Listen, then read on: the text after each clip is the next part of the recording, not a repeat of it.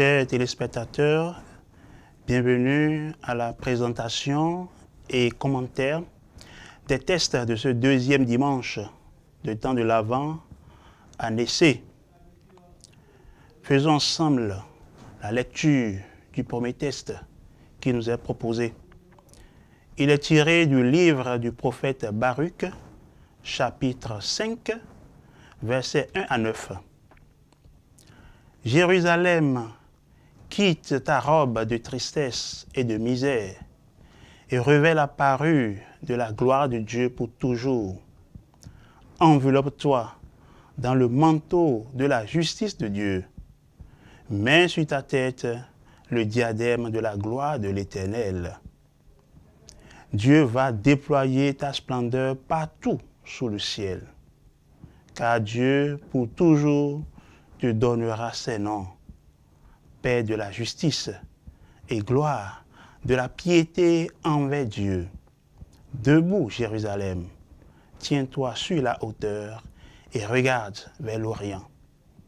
Vois tes enfants rassemblés du couchant au levant par la parole du Dieu saint. Ils se réjouissent parce que Dieu se souvient. Tu les avais vus partir à pied, emmenés par les ennemis, et Dieu te les ramène portés en triomphe, comme sur un trône royal. Car Dieu a décidé que les hautes montagnes et les collines éternelles seraient abaissées, et que les vallées seraient comblées. Ainsi, la terre sera aplanie, afin qu'Israël chemine en sécurité dans la gloire de Dieu. Sur l'ordre de Dieu, les forêts et les arbres odoriférants donneront à Israël leur ombrage, car Dieu conduira Israël dans la joie, à la lumière de sa gloire, avec sa miséricorde et sa justice. Frères et sœurs en Christ, Baruch signifie béni. Il a été secrétaire et compagnon du prophète Jérémie. Son livre comporte 5 chapitres, auxquels la lettre de Jérémie a été ajoutée dans la version latine. Après une brève introduction historique, le livre de Baruch est composé de 3 parties bien distinctes. Notre lecture se situe dans la dernière partie, chapitre 4, verset 5 au chapitre 5, verset 4. Il est une exhortation dans laquelle Jérusalem personnifiée est invitée à l'espérance. Mais il ne s'agit pas d'une espérance vide. C'est une espérance habitée par le Seigneur ou vécue avec le Seigneur. C'est le sens de ces phrases fortes. Revêt la parure de la gloire de Dieu pour toujours.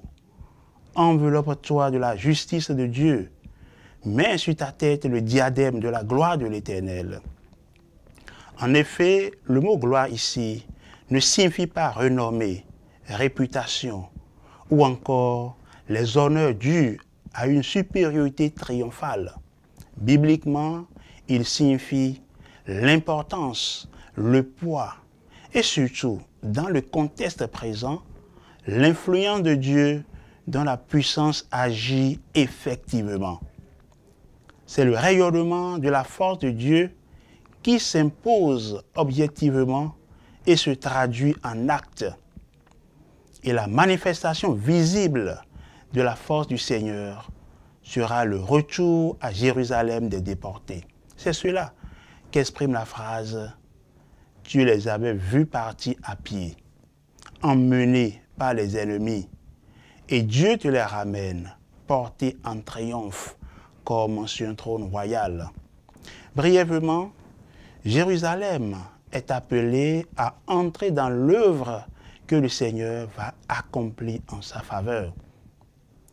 Cette prophétie de Baruch est vraiment l'expression forte de l'espérance, c'est-à-dire que l'intervention du Seigneur qu'on attend dans la foi, on croit qu'elle est déjà réalisée. Et avec le prophète, il faut bien noter que le retour à Jérusalem est une victoire de Dieu, le Dieu d'Israël. Car, dit-il, Dieu a décidé que les hautes montagnes et les collines éternelles seraient abaissées et que les vallées seraient comblées. Ainsi dit, l'orgueil de la puissance dominatrice qui paraît invincible sera abaissé par le Seigneur et l'humiliation de son peuple, profonde comme une vallée, sera effacée. Toute cette œuvre libératrice de Dieu conduira Israël à se rendre compte et à confesser la présence agissante de son Seigneur au milieu de lui. La méditation de ce texte en ce deuxième dimanche du temps de l'Avent s'inscrit dans la droite ligne de la première lecture du premier dimanche. Notre marche fortement marquée par le besoin de la libération doit se laisser éclairer par une grande espérance dans le Seigneur qui est vécue et qui vient à la fin des temps.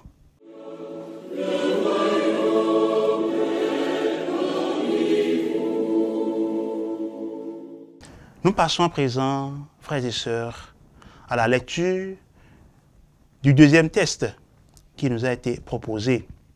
Ce texte est tiré de la lettre de Saint Paul apôtre aux Philippiens, chapitre 1, versets 4 à 6 et versets 8 à 11. Nous en faisons la lecture. À tout moment, chaque fois que je prie pour vous tous, c'est avec joie que je le fais, à cause de votre communion avec moi, dès le premier jour jusqu'à maintenant, pour l'annonce de l'Évangile.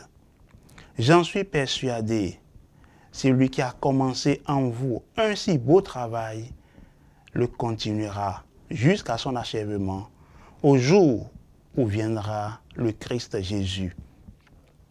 Oui, Dieu est témoin de ma vive affection pour vous tous dans la tendresse du Christ Jésus.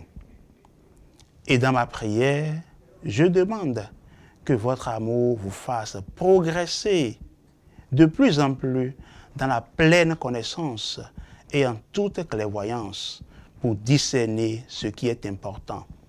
Ainsi, serez-vous purs et irréprochables pour le jour du Christ, comblés du fruit de la justice qui s'obtient par Jésus-Christ pour la gloire et la louange de Dieu. Frères et sœurs en Christ, la lettre aux Philippiens est une des 4 lettres que Paul a écrites de sa prison à Rome. Sa relation avec les Philippiens date de l'année 50, au temps de son second voyage. La Philippie fut la première communauté chrétienne de Paul en Europe. Elle lui est particulièrement chère pour cette raison et parce qu'elle lui a coûté aussi flagellation et prison.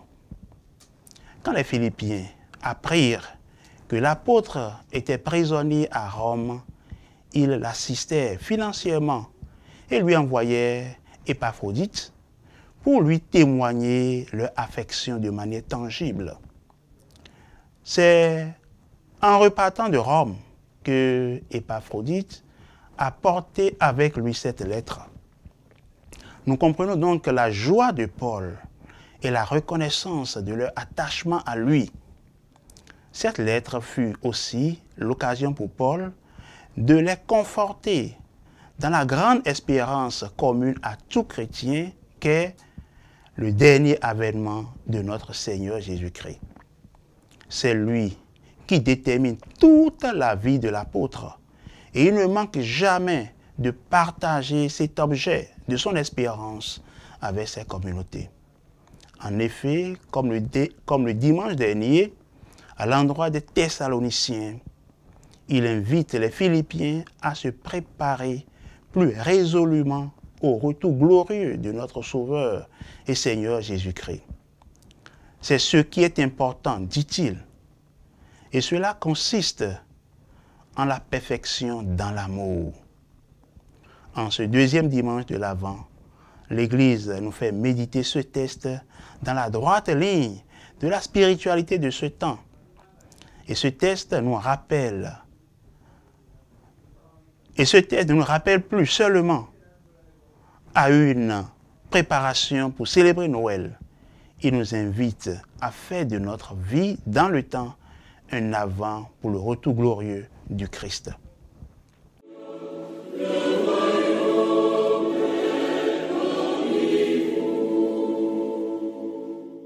Écoutons la lecture de l'Évangile, qui est tirée de l'Évangile selon saint Luc, chapitre 3, versets 1 à 6.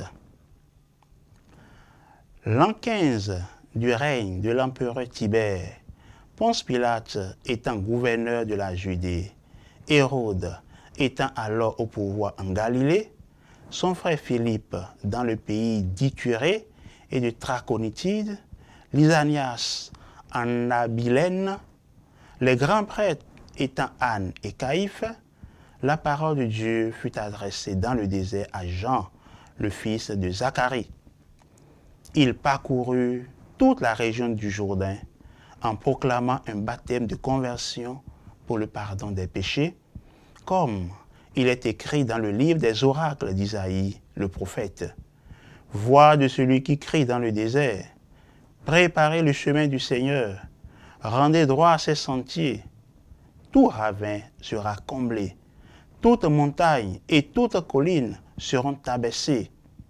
Les passages tortueux deviendront droits, les chemins rocailleux seront aplanés, et tout être vivant verra le salut de Dieu. Frères et sœurs, après son évangile de l'enfance, Luc rejoint ici ses prédécesseurs. Il va puiser largement à leur source pour apporter l'enseignement du précurseur et son arrestation, le baptême de Jésus et les tentations. Mais cela ne l'empêche pas d'apporter sa touche propre. Il inscrit l'entrée en scène en ce dimanche de Jean dans l'histoire d'Israël par 6 notations chronologiques. Du royaume hérodien vassal, on passe ici à une administration directe de la Judée par l'empereur et son préfet, le reste du royaume de Hérode étant confié à ses fils qui n'en sont que les régents. Après 5 mentions qui rendent compte du pouvoir public alors en vigueur en Palestine et dans quelques territoires proches, la 6e partie parle de la caste sacerdotale qui se retrouvera avec Pilate et Hérode le prince comme acteur principal de la passion en Luc 22 et 23. Le ministère de Jean est référé à la 15e année du règne de Tibère. Avec ce souci de faire œuvre historique, c'est à Théophile que Luc pense. Le dédicataire peut vérifier que l'enseignement reçu porte sur des événements réels qui se sont produits à une époque connue. Il parcourut toute la région du Jourdain en proclamant un baptême de conversion pour le pardon des péchés. La vocation de Jean est identique à celle des prophètes. Il est un prophète.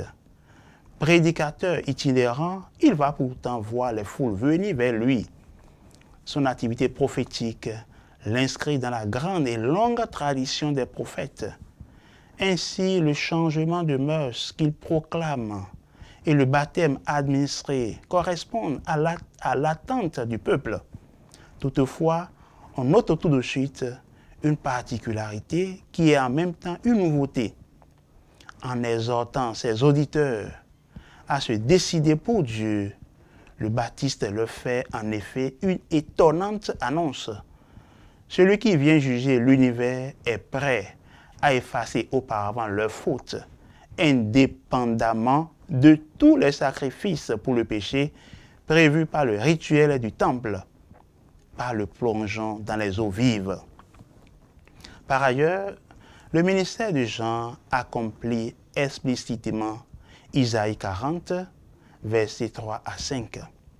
Il est donc la première étape de la réalisation de la consolation d'Israël, annoncée par ce prophète et attendue des hommes pieux. Jean applique cette prophétie en criant à travers le désert et en annonçant le salut qui va venir et le nécessaire changement de mentalité. Celui-ci est figuré par l'image des travaux gigantesques nécessaires à la construction d'une autoroute.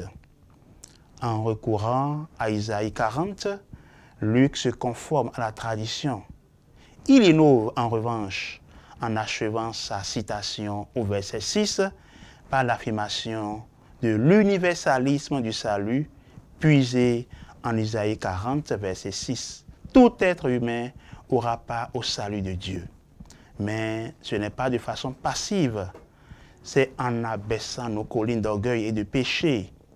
La liturgie de la parole de Dieu de ce deuxième dimanche de temps de l'Avent-année C nous y invite.